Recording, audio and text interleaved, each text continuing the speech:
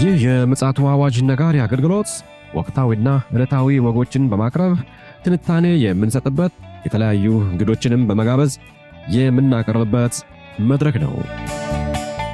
መረጃዎችን ያጠናከረ ይዞልን የሚመጣው ፓስተር አለማየሁ ነሙ ሲሆን ፕሮግራሙን የመራና መሰናዶውን ኤዲት በማድረግ ወደ እናንተ የሚያቀርበው ይልቃል አስራት ነው። መልካም ጊዜ። ሻሎም ሻሎም፣ ውድ የተከበራችሁ የምፅዓቱ አዋጅ ነጋሪ አድማጮቻችን እንዴት አመሻችሁ? ሰላም ለእናንተ ይሁን። እንግዲህ ዛሬ በዕለተ እሁድ ምሽት ላይ በድጋሚ ተገናኝተናል። ዓለማችን ያለችበትን ወቅታዊ ጉዳይ በመጽሐፍ ቅዱስ ቅኝት እየቃኘን እናንተን ለማንቃት እንዲሁም ደግሞ የክርስቶስ አካል የሆነችውን ቤተክርስቲያንንም ለመቀስቀስ መረጃዎችን ወደ እናንተ እያመጣን ሰንብተናል። ዛሬም በዚህ ምሽት ወሳኝ መረጃ ይዘንላችሁ መተናል። ይህ ወሳኝ መረጃ እንዳያመልጣችሁም እንደው እናሳስባለን። ላልሰሙ ወገኖችም ደግሞ እባካችሁን ሼር በማድረግ የበኩላችሁን ድርሻ እንድትወጡም እናሳስባለን። መልካም ጊዜ እንደሚኖረን ተስፋ አደርጋለሁ። ይልቃል አስራት ነኝ ከምፅዓቱ አዋጅ ነጋሪ አገልግሎት። አድማጮቻችን እንግዲህ በታሪክ ምዕራፍ ላይ አሁን ያለንበት ወቅታዊ ጉዳይ በጣም ወሳኝ ወቅት ላይ ነው ያለነው። በተለይም የክርስቶስ ዳግም መምጣት ንጥቀት ሊከናወን ያለበት ምዕራፍ ላይ ነው ያለነው።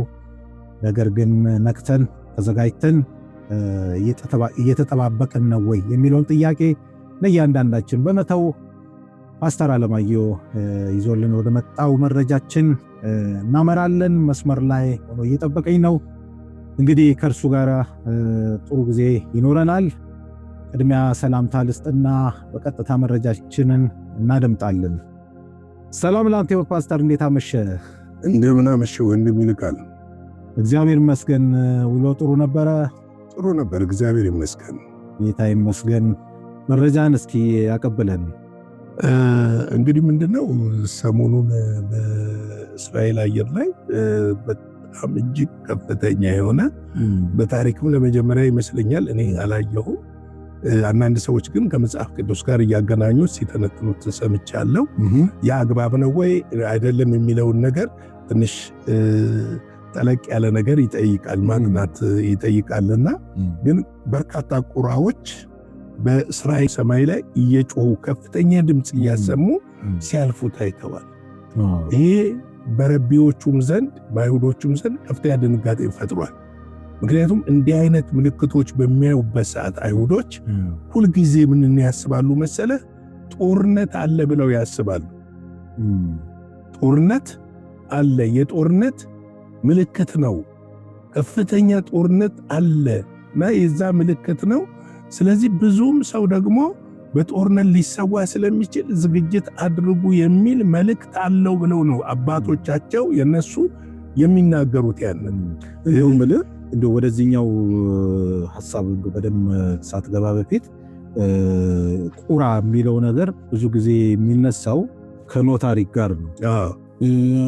አንዳንድ አባባሎችም አሉ። የቁራ መልእክተኛም የሚባልም አባባል አለ እና የጥሩ ምሳሌ አይደለም። አንዳንዶቹ ደግሞ ከዚህ ከዳርክ ሶሳይቲ ጋርም ከጨለማው ዓለም ጋርም ቁራን ያያይዙታል። ሁለተኛ ደግሞ የንስር ጠላት ደግሞ ቁራ ነው ብለው የሚሉም አሉ። ባያያዝም ግን የጥሩ ምሳሌ እንዳልሆነ ግልጽ ነው። ስለ ፍጻሜ ምንትን ምሁራኖችም በአጽንኦት አድርገው የተነተው አሁን ምንድነው አንደኛ ያ ሁሉ ብዛት ያለው ከየት መጣ ነው? መነሻው ከየት ነው? ገብቶሃል? ምክንያቱም አሁን መኪና እኮ ሾፌሮች ሁሉ ማለፍ ሁሉ እስኪቸገሩ ድረስ ነው። በጣም በከፍተኛ ድምፅ ይገርማል። በከፍተኛ ድምፅ ነው። ብዛታቸው ደግሞ በጣም ብዙ ነው። እና ይሄ የሆነበት ምክንያት ሰምቲንግ አንድ ነገር አለ ነው። ለምሳሌ ይሄ ከሆነ ከአንድ ቀን በኋላ ይመስለኛል ከሂዝቦላ ይሁን ከኢራን የተተኮሰ ሚሳኤል በ400 ርቀት ከመስጊዱ አርፏል። ዋው አርፏል። ይሄ ማለት ምን ማለት ነው? 400 ሜትር ማለት 400 ሜትር መስጊዱ ተመቶ ቢሆንስ? ለዛ መንደርደሪያ የሃይማኖት ጦርነት ሊቀሰቅስ ይችላል። ስለዚህ የአረቦቹንም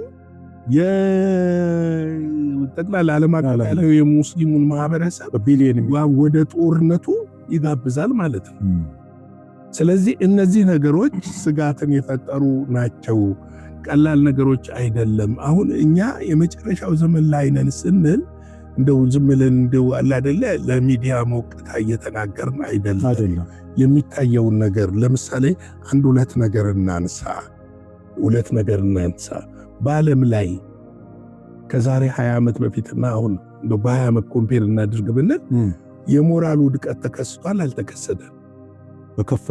በከፋ ደረጃ ተከስቷል። በሚያሳፍር ደረጃ እየተከሰተ ነው ያለው።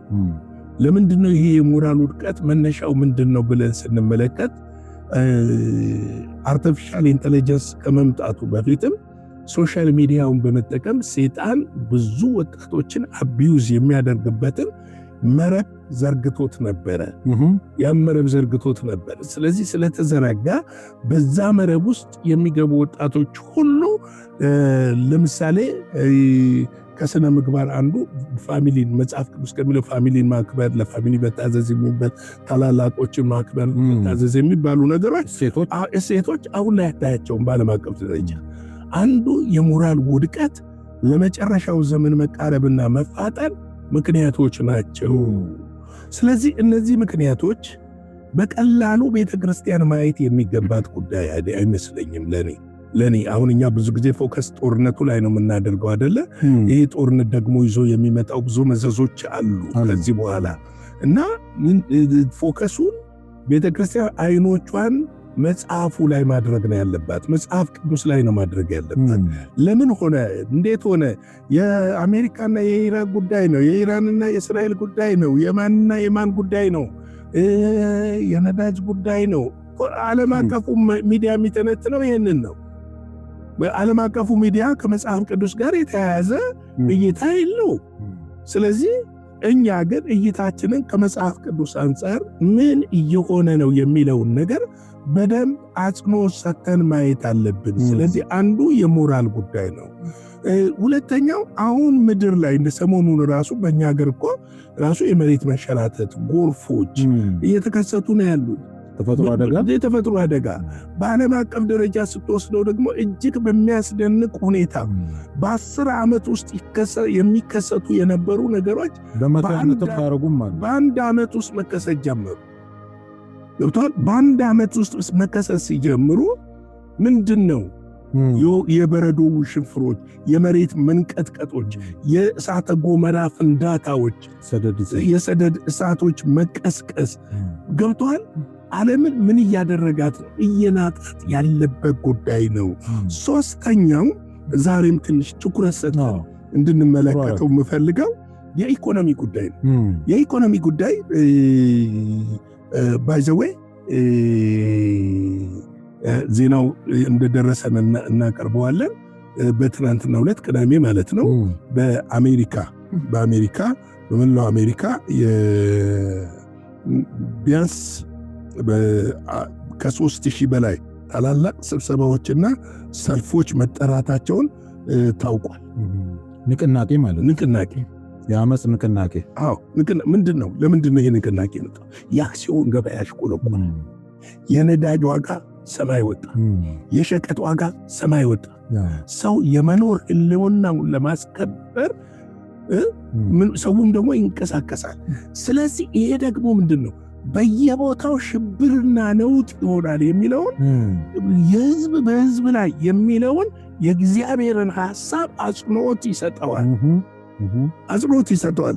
እንግዲህ ትናንትና ነው በእነሱ በእኛ ሌሊት ማለት ነው እና ከ3000 በላይ ታላላቅ ስብሰባዎችና ሰልፎች መጠራት ማሳወቁን ወደ አደባባይ መመለሱን አስታውቋል። ከዚህ በፊት ግን የሚገርም የመጀመሪያው የተቃውሞ ሰልፍ 5 ሚሊዮን ነበር። ቀጠለና 7 ሚሊዮን ነበር በአሜሪካ በመላው አሜሪካ 5 ሚሊዮኑ የዲሞክራቱ ደጋፊዎች የነበሩት ይሄ ሴም ሴክስ ምናምን አቦርሽንን በመዘጋቱ የተቃወሙ ነው። ከዛ በኋላ ግን ትራምፕ ላይ 7 ሚሊዮን ንጉስ አንፈል አሁንም ርዕሳቸው ምንድነው? ንጉስ የለም የሚል ነው። ኖ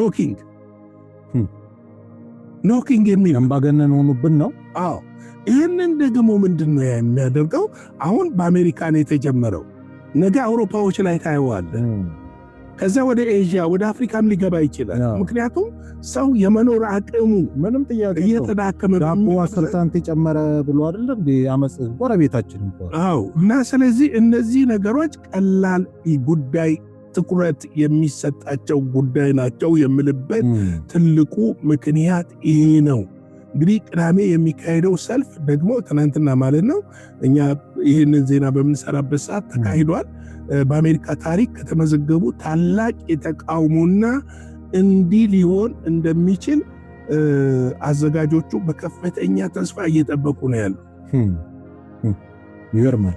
የትናንት ወዲያው የአሜሪካ የካቢኔ ስብሰባ ላይቭ የተላለፈበት ትልቁ ምክንያት እንደነዚህ አይነቶችን አመፅ ለማርገብ ነው። የሚደርሱትን የፖለቲካ ተቃውሞዎች ምን ለማድረግ ነው?